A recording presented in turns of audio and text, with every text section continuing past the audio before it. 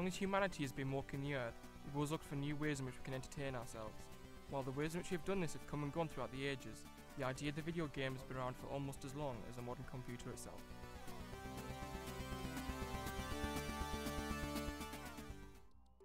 In 1889, Nintendo was founded. Originally manufacturing playing cards, Nintendo's transformed throughout the years into the family-friendly entertainment giant we all know today.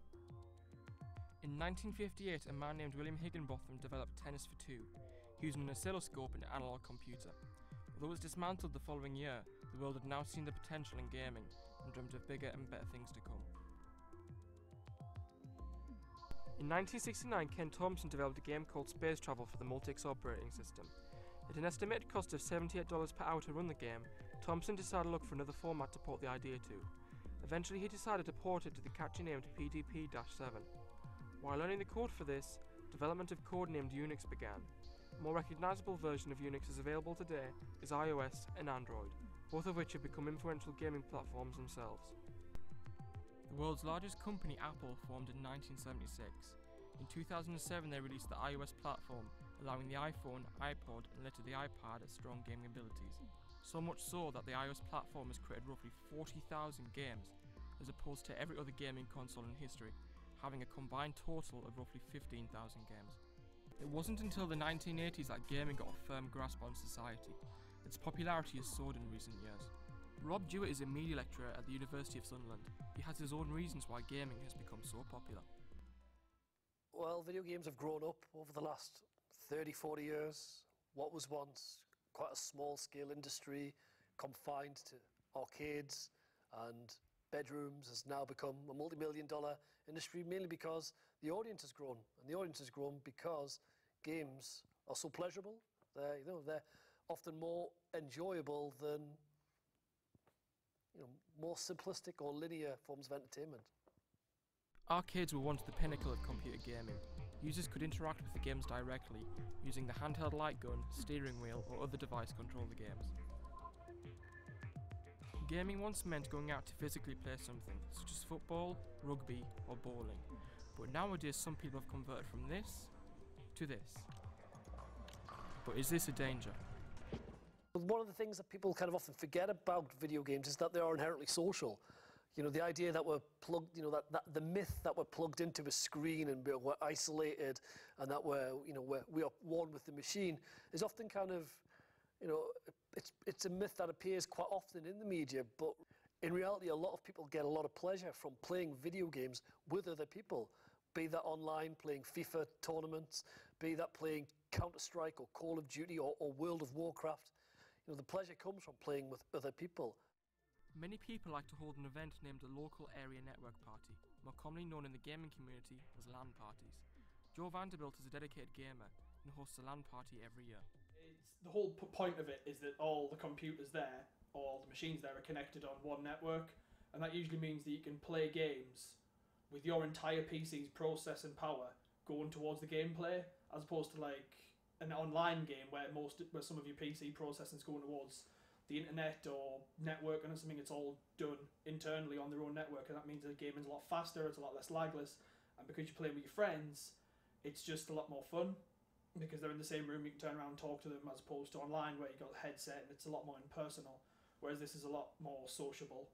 Even though primarily meant to entertain, games have been under scrutiny by many news stories, being blamed for some of the crimes committed by game users. When people try to blame any media platform, it usually is part of the defence that's known as the insanity defence or diminished responsibility defence. We often hear about extreme cases where somebody blames Grand Theft Auto for making them into a juvenile delinquent or making them into a vigilante of some kind or a hit-and-run driver. But these things tend to be more symptomatic of a wider social malaise or wider social problems, I think.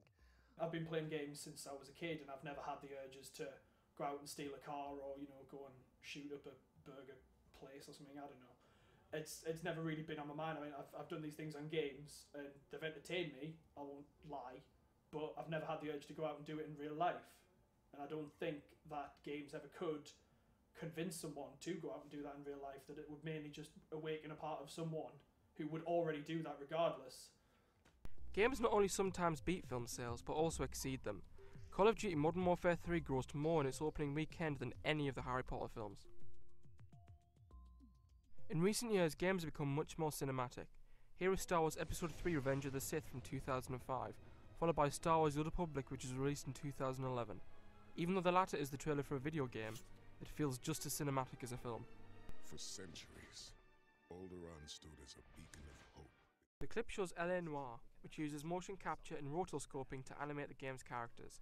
This is much in the same way that The Adventures of Tintin was produced. It's really acting a scene in two parts, the motion capture and then the motion scanning. And action. So the guys' names that I've been seeing doing the repairs on the heaters, they're fully licensed and accredited. Some games have been vastly improved to look almost like real life. It's astonishing that it's only taken 10 years to reach this from this.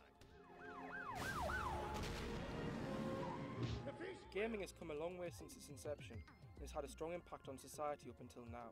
But what could be the future of gaming? I think the ideas well's run a bit dry, and that's why they're trying to move into categories like 3D gaming and Kinect stuff, where you can interact with the game itself as opposed to just sit and play it. And I think that's just an indication of like how it's an indication of how gaming's like kind of sort of trying to clutch at straws. They might find something like a rich ore of gaming that no one's ever seen before, and they might pull it back. But I think for the minute, gaming's kind of diminishing. And people will still play, people will always still play, but I think in terms of originality and newness, gaming's kind of going a bit stale. The rise of technology, we're living in a technocratic culture, and that to not play games is to kind of almost be outside of the mainstream. To not play games is maybe to be a little bit geeky. So there we have it. We will have to wait and see what happens. Maybe we'll encounter an entirely new form of gaming, or abandon it altogether. Who knows? But for now, we continue to appreciate gaming as a spectacle, and witness its ever-growing hold on society.